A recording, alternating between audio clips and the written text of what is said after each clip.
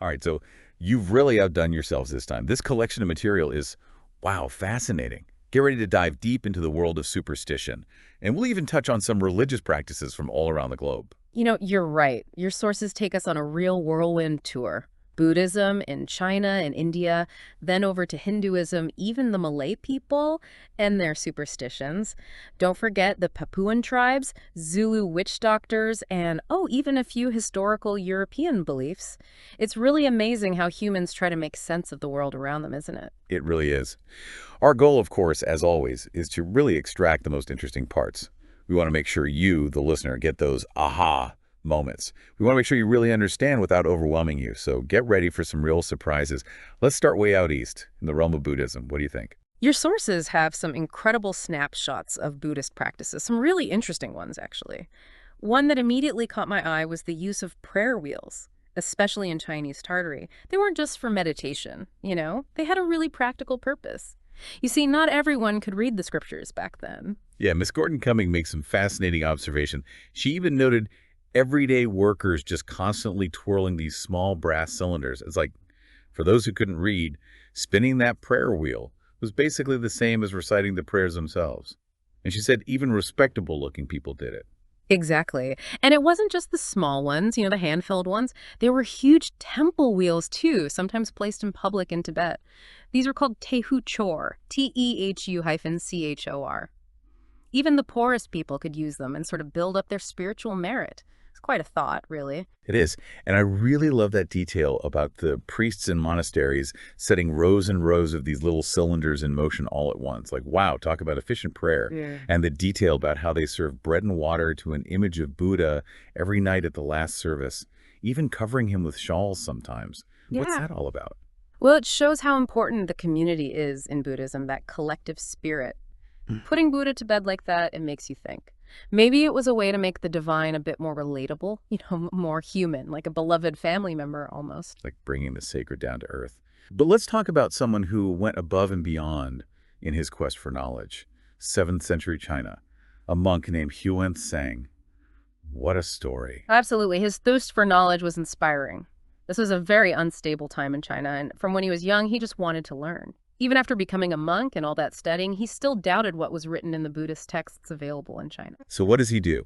This guy decides to journey all the way to India, over deserts and mountains, facing danger at every turn. It's like going on a quest for some ancient artifact, but with way more risk. Oh yeah, much more risk. And the emperor refused to give him permission too. But Hiouen-tsang believed in his mother's visions and was just so determined to find the original Buddhist texts. He even went to a cave near Purusapura, where it was said that Buddha converted a dragon, and left his shadow. Oh, right, the shadow. But think about it. He's being warned about robbers, Right. real danger, spiritual enlightenment, or getting robbed. Right. What a choice. Well, he obviously chose enlightenment, and the story of that shadow is interesting. There are some more miraculous versions, of course. But Hiouen-tsang himself, in his diary, the CU-SI-U-HI, he said that the shadow was fading. He thought it depended on how strong your faith was. The guide was so surprised that Hiouen-tsang even saw the shadow, saying it was because of his strong faith. Makes you wonder about how belief shapes what we see, doesn't it? It really does, and his journey didn't end there. When he came back to China, he refused a top government job. Imagine that. He chose to spend his life translating the texts he brought back from India. He translated 740 works, a total of 1,335 volumes. Wow. What dedication. It reminds me of that part where he talks about these moments of inspiration while translating, like the sun breaking through clouds. Literally. He said it was like divine inspiration, giving him that knowledge. He was really dedicated. And at the end of his life, he expressed regret, that he didn't fully appreciate the world around him, the world of the eyes, the world of thought. And he also mentioned the world of knowledge. It makes you stop and think. It really does. And the idea of reaching nirvana through those 4 stages of meditation. First, the infinite of space, then intelligence, then the region of nothing, and finally, absolute rest. It's a very different idea of peace than what we usually think about. Very different indeed. And speaking of different, let's move on to Hinduism. What really stood out to me in your sources was the presence of large bull statues in Hindu temples. There's a possible connection to the 12 oxen in Solomon's temple, supporting the molten sea. Maybe there's a link to ancient nature worship, even the constellation Taurus and its importance during the spring equinox. It's amazing those potential connections across cultures that seem so different on the surface. It really makes you think. It does. And then there's Casey Dwaja's description of yoga, the path to spiritual union. He talks about the beginner, the yoga yuj, YOGA-YUJ, and the person who has mastered it. To achieve liberation, he emphasizes the importance of being free from desire and virtues like continence, compassion, truthfulness, honesty, and being disinterested. Sounds like a tough path. And then there are these Ibrahim merchants known for their honesty. They even wear a cotton thread across their shoulder, which is pretty unique. Yeah. I was fascinated by the part about their obsession with omens, especially when it came to trading. Absolutely. They were very careful about when they did business. They even had these unlucky hours called choyach, CHOIACH, for each day of the week. They would even watch their shadows to figure out the best time. It really shows how important these beliefs were to their daily lives. And the part about walking around sick people with sheep and goats, like they were trying to physically move the illness or bad luck away. Right. And then there's the Pahari people. Their main devotion was to the spirit of their village. Imagine that, a spirit for each village. They kept a veiled image of this spirit in a special ark and carried it around in processions. And they did these dances in front of it, right, with women and sometimes men too, all in sync, moving in circles, waving yak tail plumes around. And there were trumpets and drums and bonfires. It must have been quite a sight. Oh, I bet. Your sources also describe this really intense dance in South India. It was called the Devil Dance and was observed among the showers of Tinnevelly by Bishop Caldwell. It's pretty wild. The dancer works themselves up into a frenzy with music and even hurting themselves. Eventually, they're considered possessed by a deity, and people start asking them for advice. It's so different from the Buddhist approach. It really is. Speaking of different approaches, we have to talk about Rammohun Roy. He wanted to reform Hinduism and focused on the Vedas, those ancient scriptures. He believed that Hinduism was originally monotheistic. This led him to start the Brahma Samaj. What's interesting is how he used Christian hymns while saying he was going back to the Vedas. Some even thought that Western ideas and Christian morals influenced the Brahma Samaj. It's a reminder that cultures influence each other in all sorts of ways. You're absolutely right. The Brahma Samaj focused on ethical living, charity, morality, unity. And they didn't believe in the caste system, which was pretty radical at the time. The sources also talk about the Pitris, Pitris, which are ancestral spirits, and how people made offerings to them. And then there's that story about Dahicha getting really angry at Daksha for not honoring Isa, which is another name for Shiva. Hinduism has such a rich history. It does. And don't forget that exciting story from the Bhagavata Purana about Kamsa's plan to kill Krishna and Balarama. He even had this huge elephant, Kuvalayapida, ready to attack. The descriptions of the brothers from the townspeople, Devaki's motherly love even when they were in danger, it's all so vivid. It really brings the story to life. But let's shift gears to China and see how Confucianism, Taoism, and Buddhism all mix together there.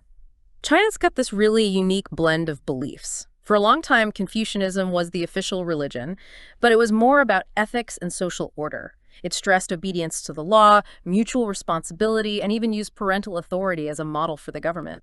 So less about gods and more about keeping things running smoothly.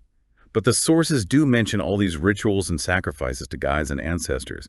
So it's not completely secular, is it? Not at all. Confucius believed that the universe came from the union of yang and ya, Ya representing yin.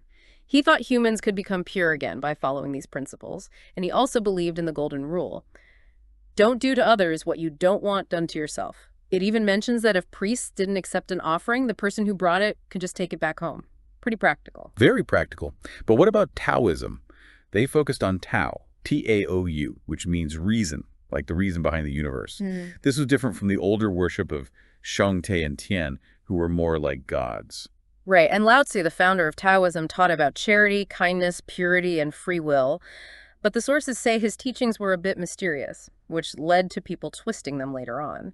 They started focusing on becoming immortal and doing all sorts of strange rituals. The Confucian Jukeu, Joo-Keaou sect actually made fun of them for this. It's like that happens all the time. Someone has a great idea and then others come along and distort it. It happens all the time. What about Buddhism in China? What did the traveler see in your sources? Well, he visited a Buddhist temple on an island. It seems that there was a hierarchy of temples, with smaller ones answering to bigger, more important ones. Some temples were doing well, seen as blessed by the gods. Others were run down. It really shows how people interpreted their relationship with the divine back then. Makes sense. And in the smaller villages, there were joss houses, like little shrines. They decorated them with paintings and paper ornaments. And in the cities, you could even buy idols of all sizes. It seems like religion was really integrated into everyday life in China. It does, doesn't it? And some people believed that if their god wasn't answering their prayers, they could just buy a new, more powerful one. It's like they were shopping for divine help. And then there's Mr. Fortune's description of a public offering to the gods in Ningpo. They sacrificed whole animals and put out this incredible feast. It sounds like a huge celebration and really shows their devotion to the gods. It really does. Speaking of different beliefs, your sources also mention some pretty interesting customs from the Malay people, Papuan tribes, and other cultures. For example, the Slamatan Bromok ceremony in Java. It seems to be linked to worshiping nature, especially volcanic forces. And it takes place on Mount Bromok, which must be a pretty awe-inspiring location. As you realize how the natural world can shape people's beliefs. It definitely does. And then there's Nabiata, who supposedly brought circumcision to some Malay groups. It's another example of how beliefs spread from one culture to another. Now, what about the Dori people from the north coast of Papua? They relied on amulets and an idol called the Karwar for guidance. But what's interesting is that they consulted it based on their own doubts or feelings. It's like their own feelings were divine guidance. And then there's that observation by Sherard Osborne about Malay sailors spitting and making noises toward the jungle to ward off evil spirits. And when they saw something that looked like a woman on the shore, they started spitting again and calling out to Allah. I guess you could say they were a bit superstitious. Or maybe just really respectful of the unseen world. The sources also mentioned the Tadibi, who were like shamans or medicine men. But some people thought they couldn't actually make their followers better people. It seems like there was some healthy skepticism there. Maybe so. And Marco Polo wrote about sorcerers and astrologers working for the Emperor of China. They said they could control the weather over the palace. Can you imagine the pressure of that job? Wow, talk about high stakes. The sources also talk about the Susan, who lived very simply and worshipped fire and many idols. They sound like a pretty dedicated group. They sound like it. And Marco Polo also mentioned cup juggling, even relating it to magicians in history. It's interesting how these seemingly ordinary skills could be seen as magical. And then there's the woman who could juggle 20 eggs while spinning them around her head on strings. It's hard to believe, almost like a circus act. Almost. There's also this gruesome magic trick described where a child seems to die, but it's just an illusion. It plays on our fascination with death and the impossible. People have always loved a good magic show. And it's interesting how some groups, called savages in the sources, believed in nature spirits. They feared and worshipped a malignant spirit called Miwiri, but the good spirit, Njambi, was seen as needing less attention. That's common, you know. People often focus more on the negative spirits because they think those are the ones who will cause them trouble. And then there are the fetish doctors in some African tribes. They use herbs and had a deep understanding of people. There's even a story about one who met a European traveler. Oh, yeah. The traveler tried to impress the fetish doctor with what he called blood from the brains of great doctors. Yes. How strange is that? And the fetish doctor was so careful when he examined the traveler's hair, even drawing symbols on the ground.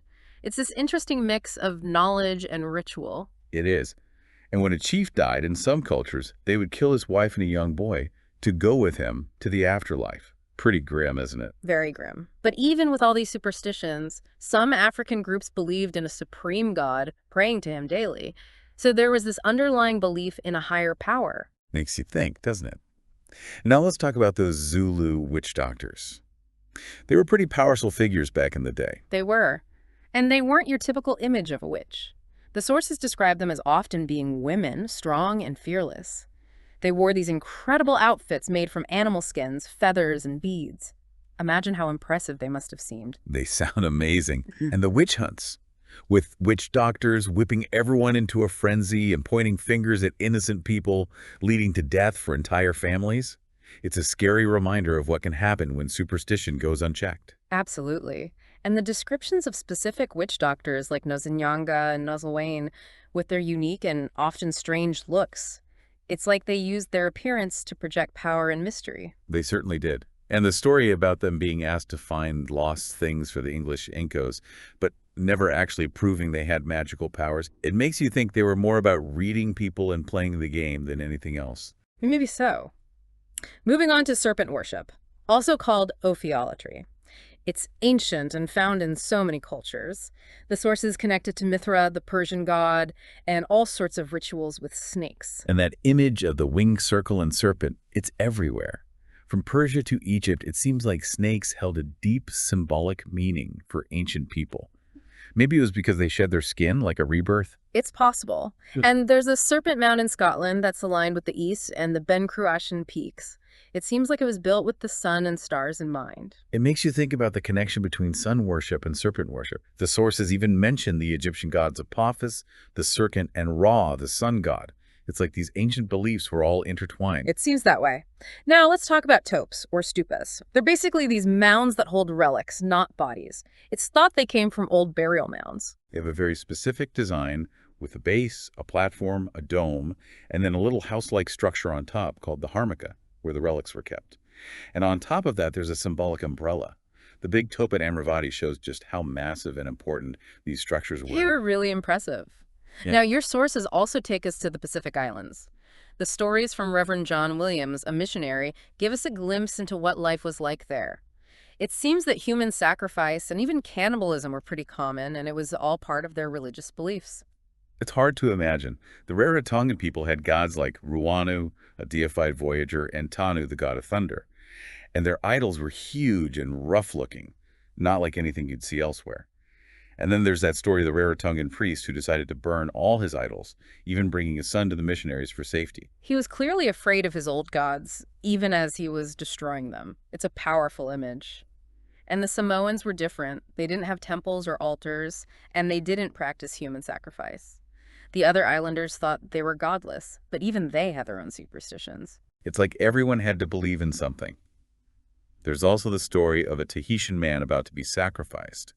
He declared his faith in Jesus, saying that his killers couldn't harm his soul. It's a tragic but powerful story. It really is. And the way they talked about human sacrifice in Tahiti using code words like broken calabash or rotten coconut for the victims, it's chilling. And in Fiji, they strangled a chief's wives when he died so they could go with him to the afterlife. They believed that a person needed companions in the next world. I can't even imagine.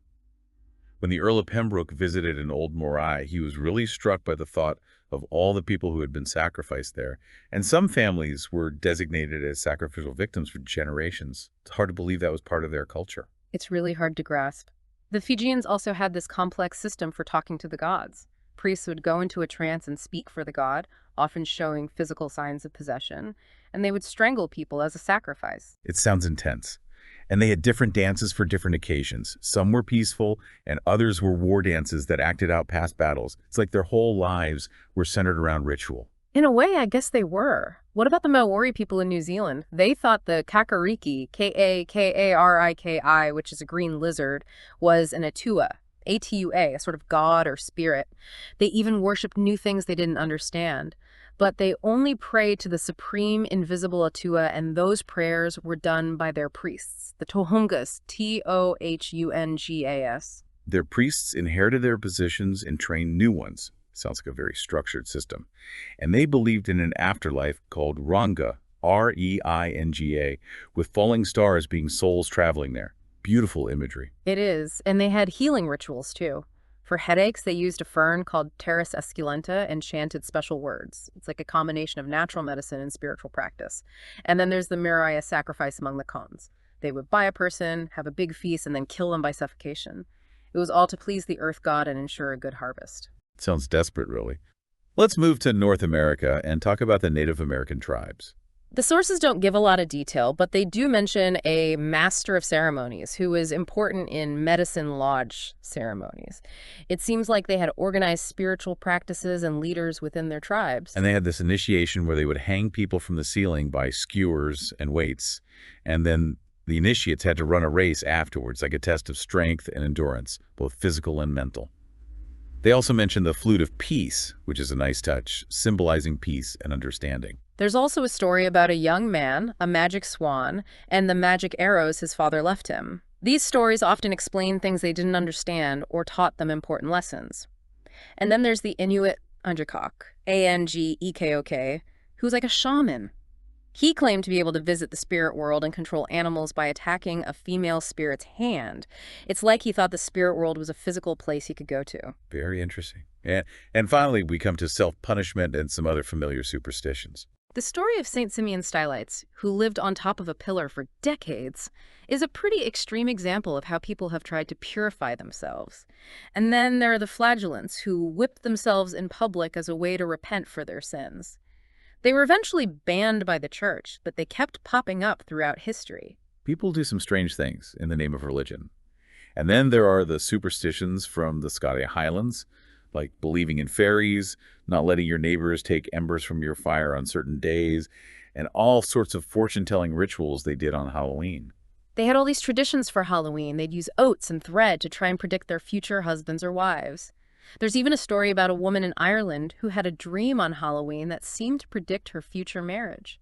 It's fascinating how much importance people place on dreams and omens. It is. And isn't it amazing how some superstitions are the same all over the world? Like blessing someone when they sneeze, a twitching eye being good luck, hiccups meaning someone's thinking of you, or an itchy palm meaning you're about to get money. It's like these beliefs tap into something universal in the human mind. We're always looking for patterns and meaning, even in random events. Even the sources mention a Hindu story that's similar to the European folktale, The Woman Who Found a Silver Penny. It's like there's a shared language of superstition across cultures. And what about that crazy ritual for becoming a witch in Scotland? You had to use a dead body and look through a hole between your legs at a funeral procession. Yikes. Pretty creepy, right? And the belief that certain omens could predict big events, like the death of a king. They even tell a story about a woman who predicted that Lady Shawfield would have an accident, and it came true. People have always been fascinated with the idea of seeing the future. Well, we've really gone deep into your sources, haven't we? It's incredible how much superstition and religious practice exists, both past and present, all around the world. From complicated ceremonies to simple everyday beliefs, it seems like humans have always wanted to understand and control the world around them. When they couldn't explain something, they often gave it special meaning or power. Hopefully you, the listener, have learned something new and maybe had a few aha moments along the way. But here's something to think about. With all these different beliefs, what is it about being human that makes us so prone to superstition? Is it because we want control in a chaotic world? Do we crave explanations for the unknown? Or maybe it's just the comfort of sharing traditions with others. This deep dive is really just a starting point. That's right. Keep exploring. We encourage you to learn more about the things that interested you the most. Thank you so much for sharing your amazing sources and for joining us on this deep dive. We'll see you next. Guys, see you in another podcast. Don't forget to subscribe to our channel.